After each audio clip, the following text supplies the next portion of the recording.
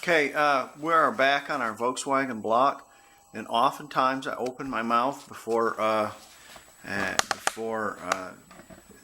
I realize what I've said, and I said that this block was fine. Well, it's not.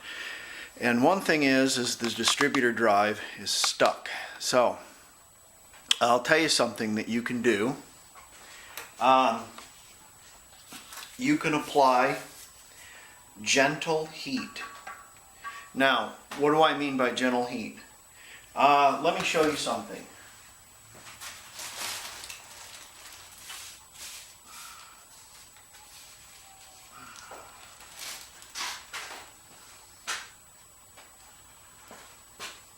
And let me back up a little bit.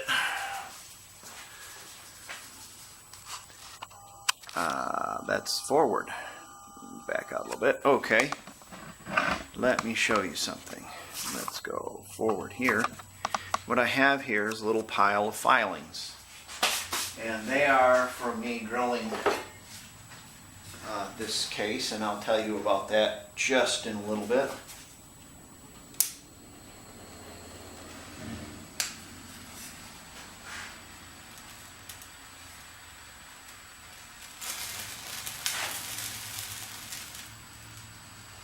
Okay, did you see that, kiddies?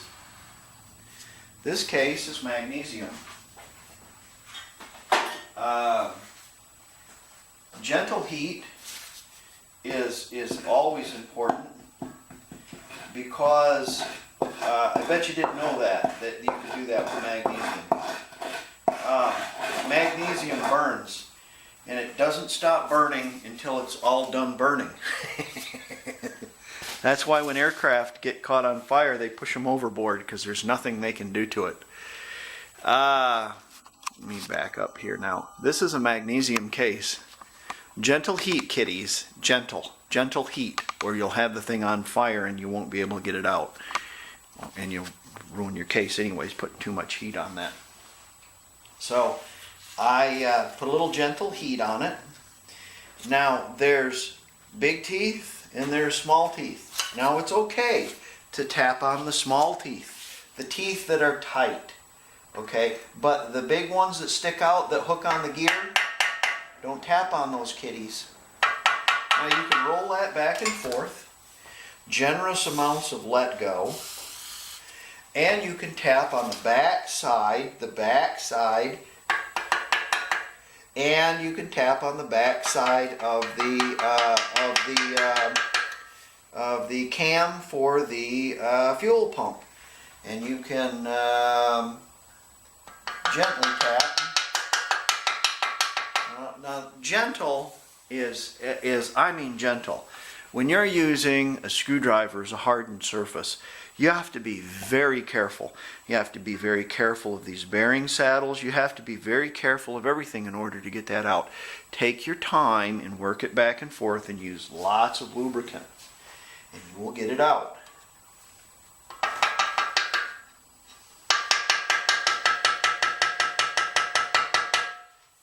Work it back and forth. Lots of lube.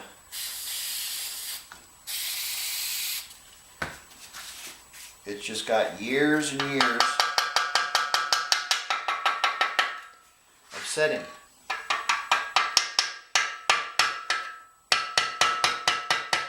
Remember I told you this spun? I'm going to have to look at my brass gear on my crank as well and see if it really stressed it out, because this was stuck in there. It would barely spin. It's probably why this case turns so hard.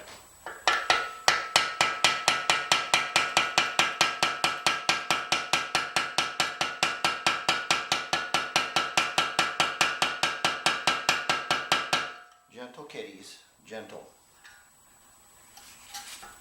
Try not to do any prying. And we got her pretty far. Let's see if we can.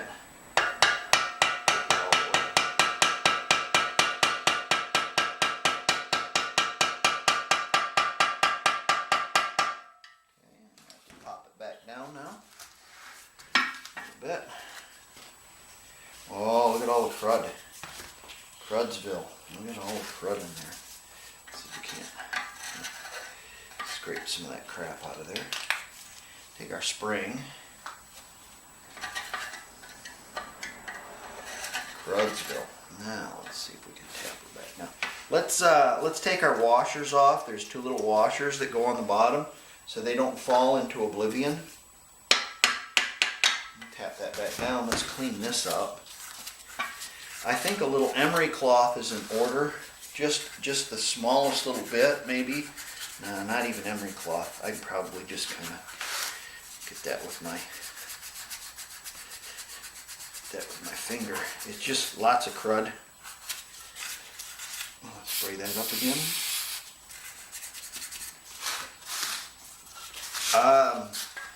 This isn't very good lubricant. I like the Rem oil. The gun oil seems to work a lot better. It's pricey though.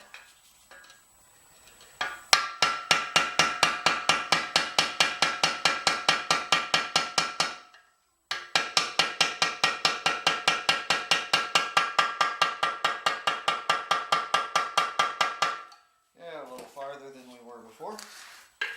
Gentle, gentle. Work on that a little more. Can't get that out of there.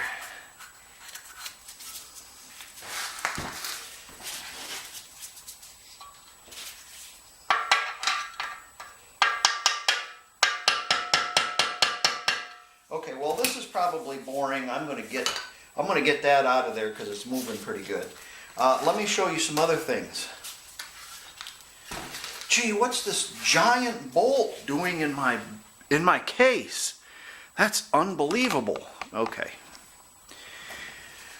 Let's see here. See if I can find them. There we go.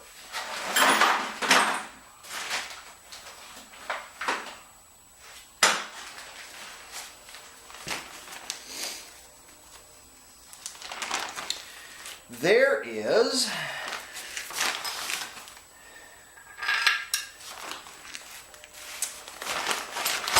10 millimeter.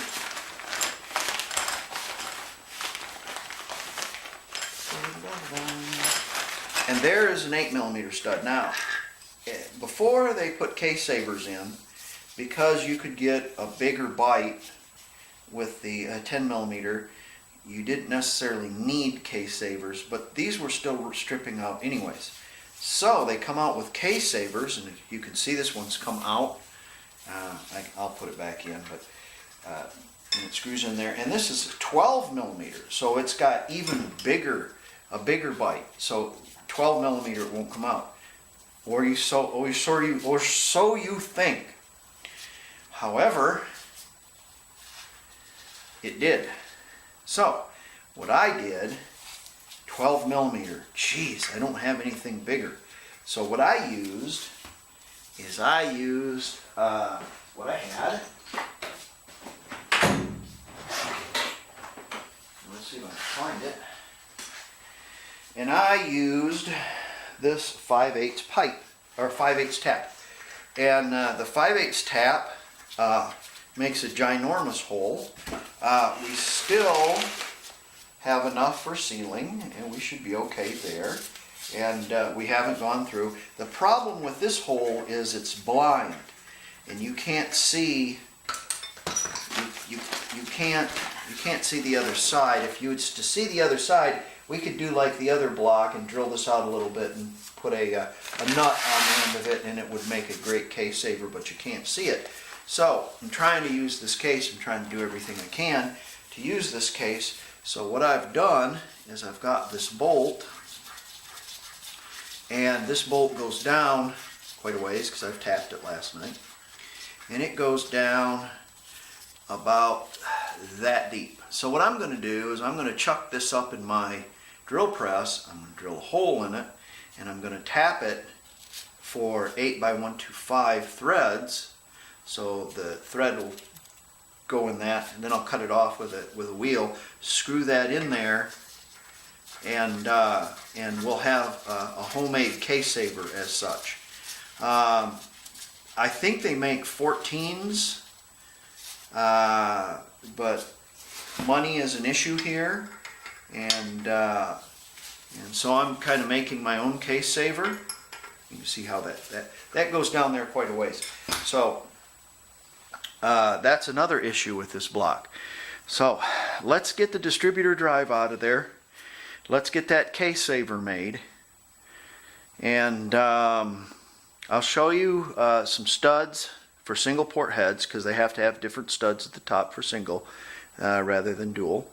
And I'll show you also, I need to look at my bore in my block, and I'll show you how to do that. I'll show you how to check for cracks too. So stay tuned.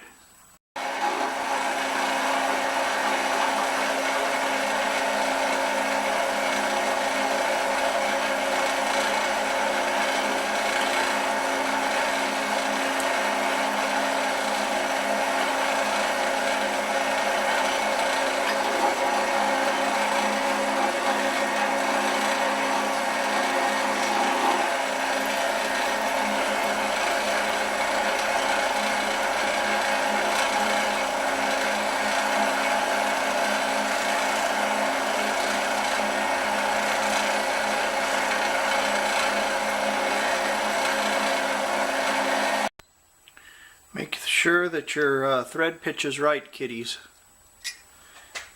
8mm. Ooh, a train. Look at how easy this is tapping. Oh my goodness, it's like butter. Oh, that's just crazy. You get it.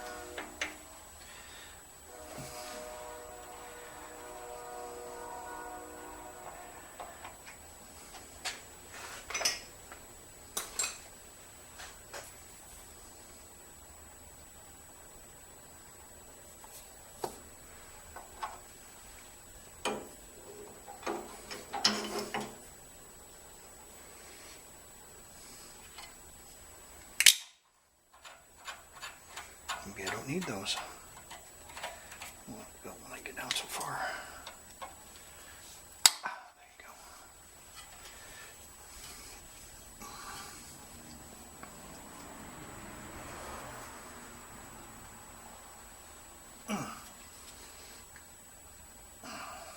Nice. We're going to cut her off right there and kind of clean the threads up a little bit so it'll screw right into the block. And there's our fix for our broken stud or our pulled out stud.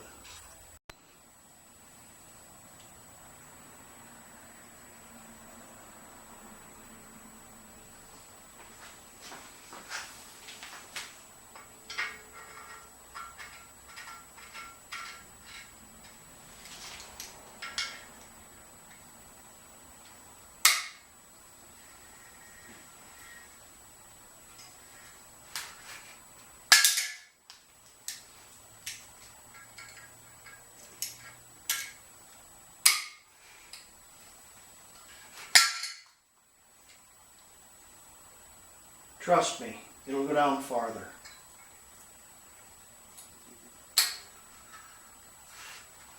Now,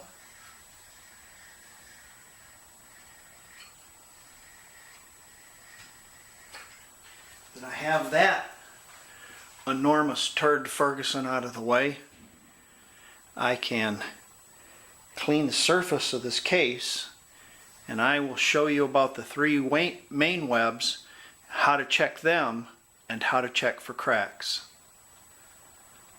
But I've got a special little intermission for you. Okay, the intermission is I have a surprise from you, from my dear brother. While he sits and watches me do the impossibly insane, crazy stuff to this car, he continues to send me wonderful things through the mail. You all know what these are. Those are the tar pads, lovingly cut, that go down on the floor. Is that not the most beautiful thing in the world? Have you ever seen anything so beautiful in all your life? And the amount of money he spent. Are you kidding me? Gee, Brian, you didn't have to do that, but I sure appreciate that. That's awful nice of you. Gee whiz. Anyways, I can take all the help I can get, but man, you need to stop doing this because it's costing you a fortune in mailing. So, I appreciate it though, but I guess, you got the money. Anyways, thanks, Brian. I sure appreciate it. Okay, we're going to start washing our parts now. So we're going to take our to wash our parts off in. But first thing what we're going to do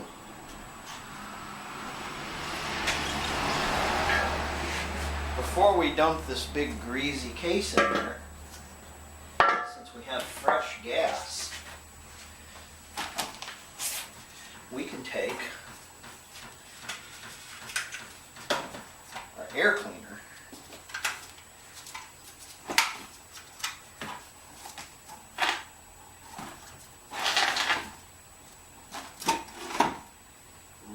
nice and wash it out first because it's fresh gasoline, see?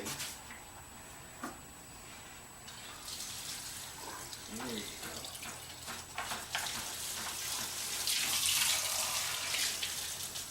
go. Much nicer. Again, this is that old 2-stroke gas that I had, and I'm repurposing it instead of giving it to the people who take care of it, the recyclers. We have our block cleaned somewhat. You don't have to go through a big trip about cleaning this right now. The reason being is we want to examine this block, and if you do an extensive cleaning on it and the block is no good, then you've wasted all your time. And we don't want to do that. Most importantly is to knock all the crap off of it and to make sure that the mating surfaces are clean and the bearing saddles are clean, because we're going to put the crank in this too. So let me show you the good, the bad, and the ugly, and what to look for. I'm afraid it is, Dad. Yes, you think you're pretty smart, don't you, Moodus? That's because my half-wit daughter married you for God knows whatever bizarre reason. Oh, no, Dad, it's just a big... Let's look at our block. I have a caliper, and I'm going to put that right in the rear main web. And we should be just less than 65 if we're a standard bore.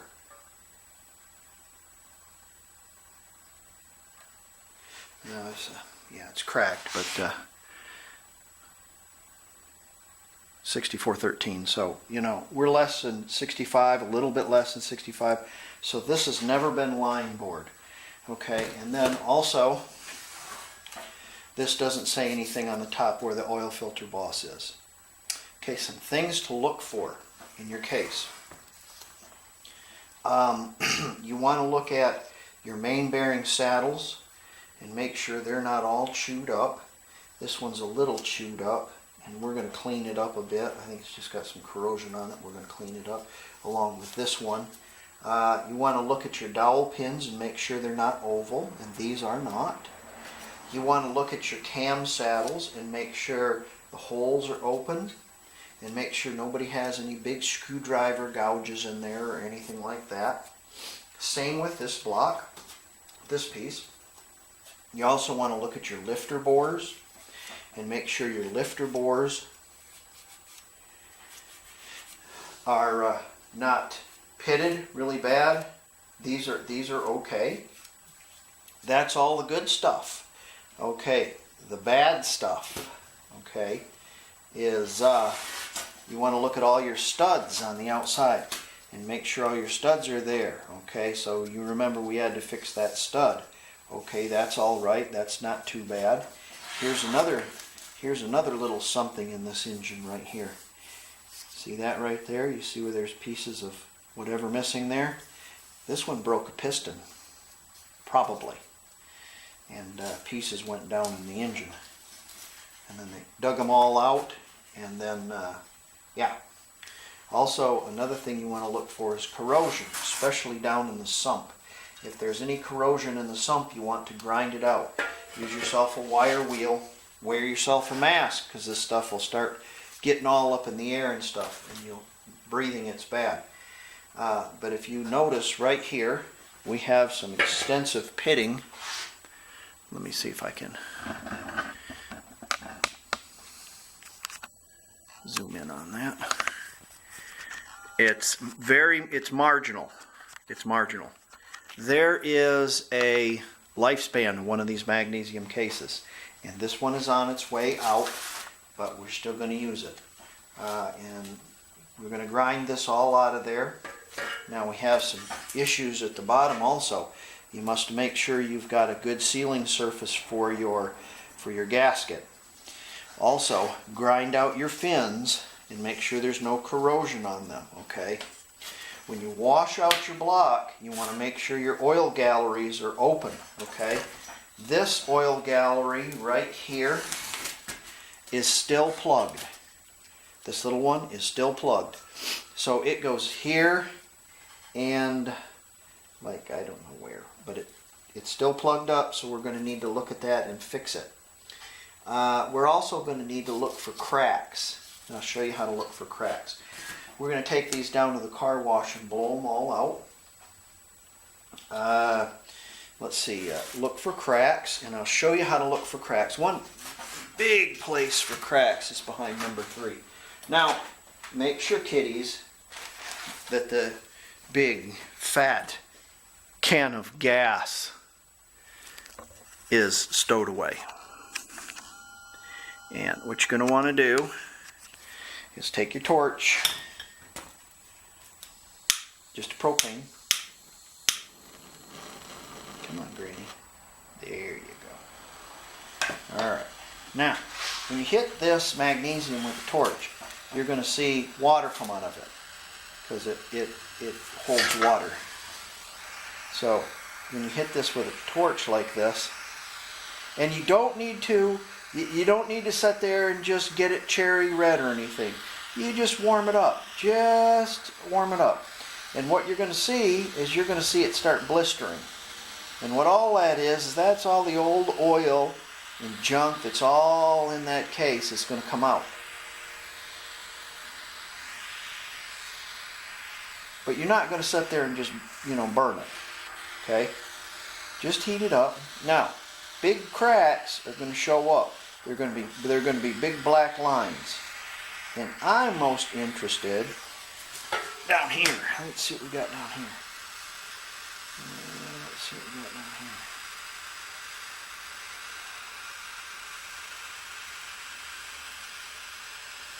It's not bad. What about that web that's whacked all out? Let's have a look at that.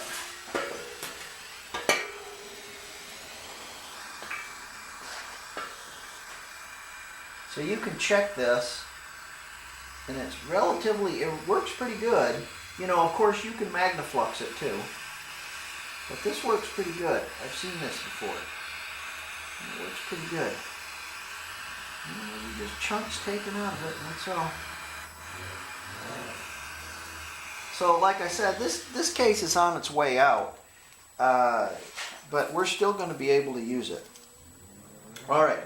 Next thing I want to show you is what you're going to do is you're going to check your main webs for leaks, because you don't want any of your oil bleeding off from your main bearings. I'm going to show you how to check that. And what you want to do is make sure all your mating surfaces are kosher, clean.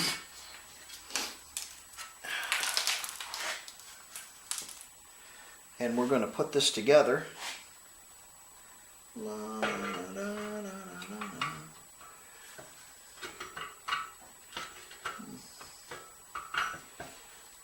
Hold on a second.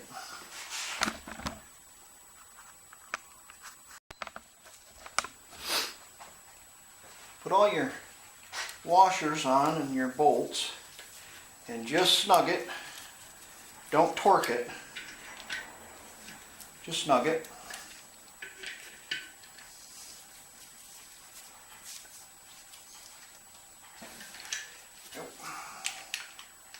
And you take yourself a flashlight and click on your flashlight, and you're going to want to look down there at each one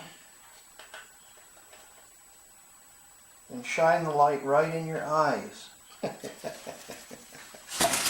Look down each one of them and see if you can see light between the webs. If you can see light between your webs, your case needs to be line bored. Alright, I'm not getting any light between there, but you need to check it really good, and I'm just showing you how, basically. But I'm not getting any light through there. Now, all your studs and all your holes, you need to chase them with a tap. All the little holes, including this one here I found. See that? That's probably for a piece of tin. And clean up all the passages and make it look really nice.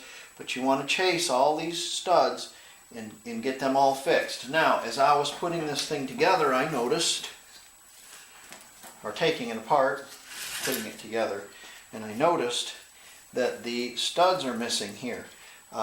Which you want to make sure they're not broke off in there. They're not. Yeah, they're not. So I'm going to clean those out, and I'm going to chase them with a tap, and then I'm going to put my studs in there. So let me show you something else I want to do here, and I'll discuss a couple other little things. So this block, or this case, is usable. Okay, it doesn't need line board. The studs are there. It has a little erosion on the bottom that we can deal with. Some of this erosion, what you can do is you clean it up really good and grind it out of there, and then you can take some aluminum putty and go over that, and you can kind of fill in the big dents. I imagine you could use JB Weld as well. That would probably work. I think JB makes JB aluminum too. But it's important to grind all of this with a wire wheel. Get yourself a wire wheel and clean that all up really nice, because what it will do is it will prevent it from continuing to rot. What happens with these is they get water, and water is heavier than oil, and it sits on the bottom here, and then it corrodes. It corrodes this magnesium, and magnesium has a lifespan. So this one will go a little bit longer, but eventually I'm going to have to find another engine probably. And you know, in due time, I probably will. Probably will. But this one right now will work fine. Let me show you something else really quick. Show you one more thing. Watch that journal right there on the cam. Okay, I've got the crank set in there. I understand I don't have one of the bearings there, and I don't have the main bearing or middle bearing in the cam, but I've got the two ends. But I want you to watch that. See how that hops out of there? Well, the reason why that hops out of there is because there's all kinds of crap on these gears. When I have these all cleaned up and I have new bearings in there, and I have my crank all rebuilt and whatnot like that, and when I pull this back like that, that cams shouldn't hop up out of there. It should stay in place. Both ways it should stay in place. And what this has to do with is how the gears are cut on the cam and on the crank right there. Let me explain something else to you also, and I'm going to back up just a little bit here. If I can. Oh, okay, as far as it goes. Let me explain something to you also. This camshaft, I can't use this camshaft because if you see, it has some teeth are burnt right off of it, cut right off of it from corrosion. So I can't use that, and I can't use this camshaft or I can't use this crankshaft either because it has rust on it. I looked at these part numbers, and the part number here, the 2H will match the gear. These are a matched set. The gears are a matched set. So I'm not going to use this crank or these gears. I'm going to use the other cam. It's in better shape. The reason why I'm using this particular setup is because to show you, because this case has not been line bored. The single port case with the bad ears on the oil cooler has been line bored, but Abner Dimwit did not mark it so. And I could show you this really quick. Here is the stock bearing, and we're going to measure that, and it should be at 65.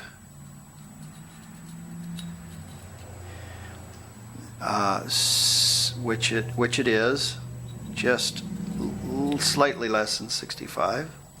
Okay, and we're going to measure this bearing, and this bearing this has been line bored 10 over, or possibly 20 over, I don't know. And this is 66. So it's too big. Since the bearing is too big, what they've done is they've taken material out of the case and they put a bigger bearing in it. Now, the inside diameter is the same. They both have the same inside diameters, which is a standard crank. So you can measure these. And let me see here. We ought to get close.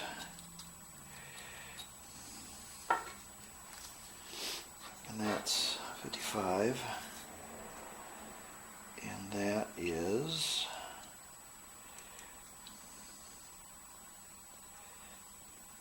about the same.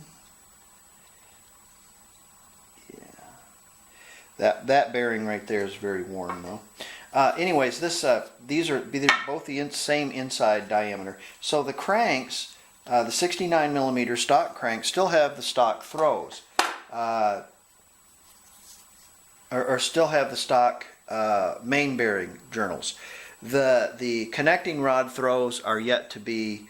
I need to take the connecting rods off the other crank and look at them, and that crank might be junk. But the main bearing journals are pretty nice. They're okay. Now that has a gear on it that's going to match the other cam. However, the distributor drive gear on the other one's bad, so we're going to take this distributor drive gear off and use it on the other.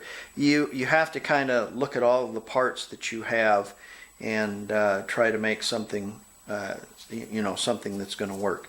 But this crank has got some rust on it, so I'm not going to use it. The journals are pretty nice, but it still has some rust on it, so I'm not going to use this crank. Although this is the original crank that came out of it, I'm going to use the crank that came out of the single port and the cam. But it's identical cam. It's the identical same dished cam, and it has the same part numbers, but it has a different hobbing number underneath it. Now also I wanted to tell you, I checked with this with the book and several different sources. Now the book doesn't say, but several different sources do say, and they all concur, that the lift and duration on all 13, 15, and 1600 cams are identical. So that being said, if the lift and duration they're all identical, therefore I can use this cam, or the single port, or the cam out of the single port in this engine and use my distributor on it. It should be just fine. It does have the dished cut out here, so I'll be able to use the bigger dual relief dual port oil pump. So that's part of the good. So I hope this is helping. And what I'm going to do is I'm going to take this down to the car wash and clean it all up. So let's put the crank on the table and the other crank, and let's have a look take those rods off, and we'll have a look at the rods, and we'll have a look at the throws on the crank, the rod journals, and we'll see where they are and see if any of them are spun, and then that way we'll know exactly the direction we're going to go. All right, be right back.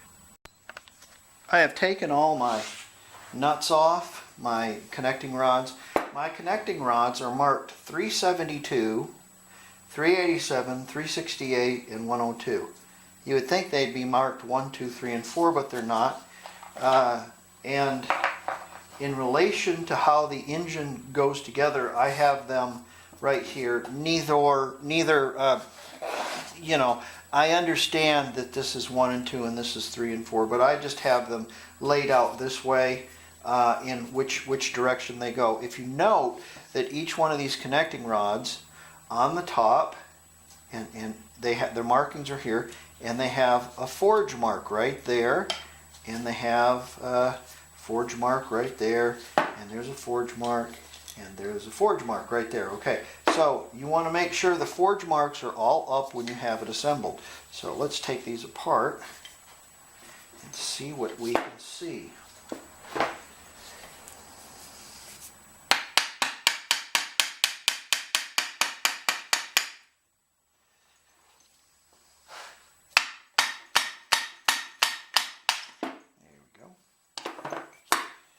Well, the bearing will tell you a lot, and the bearing is not spun or spalled. It's wore a little bit. It's still pretty gray and nice and reasonable. Okay, and then we're going to look at the fossil evidence here and see if they've turned our crank any. And these say STD, and that does not mean, yeah, you know, it does mean standard. So our connecting rod throws are standard. Okay, nice journal. Nice journal. This is turning out to be a pretty nice looking crank. Not too bad. It still retains its original configuration. Only the case was bored. On your connecting rods, you want to make sure that the rod hasn't spun.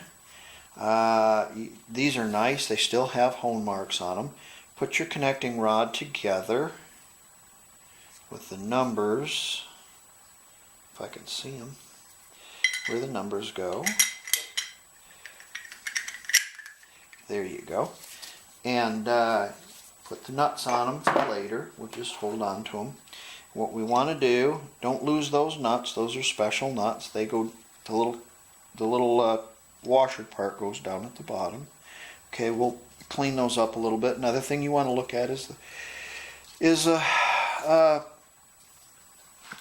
pin bushings, your piston pin bushings. They shouldn't be oval or wore out or blue or shiny on one side and dull on the other. They should just be all nice and uniform. So it looks like this is a nice looking connecting rod, and it's getting to look like a nice looking crank as well. So what we're going to do is we're going to put this all aside after we get it taken apart. And now, once we get the case cleaned up really good, and we inspect it, and we make sure all our studs are good, and make sure everything's correct with the case, and we'll be able to use it, then and only then we can order engine bearings. So I'll be ordering, if I use that case, a stock set, standard bore in the case and standard journal size, and you just order standard, and they come that way, and a standard set of cam bearings. We're going to use this cam because it goes with this crank. Now, when we put this bearing on here, of course we're going to take it off and we're going to put another bearing on it. We have to take these off, and when we take the distributor drive gear off, I'm going to take it off the other crank because this distributor drive gear has got a war spot down here where someone, probably me, turned the engine over and the distributor drive was seized up in it. So we're going to do that. Again, these cams, they have the same lift and duration. This one has some small pitting on the gears, but not really savage, not really bad. You can examine your lobes. Your lobes aren't rounded off. They're not blue. They're not sharp. You can see the original forging, the original grinding mark still on the side. Very nice VW stamp. Factory. Your journals and your cam aren't all ate up or burnt up. It's really dirty and it needs to be cleaned up some. But this cam is completely serviceable, and we're going to use that cam, and I think we're going to use this crank. So let me get these rods off of here, and then we'll put everything aside. Again, you want to clean out your crank really well. You want to clean out those journals. You can use some gun cleaning rods. Those work really well. Brushes, along with the galleries in that case. So let's see where we're at here. Probably what we're going to do tomorrow is we will look at the cylinder heads that I had gotten from the guy down in Purcell, and they look really nice. We're going to check those just like we checked before, and I got a new valve spring compressor. I'm kind of itching to use it to see. I bought it at Harbor Freight today, and got me a free tape measure as well. There you go. Like and subscribe. Thanks for being here with me. To a lot of people it's very boring. To me it's very interesting. So thank you for sharing this time with me. Have a good one. Good night.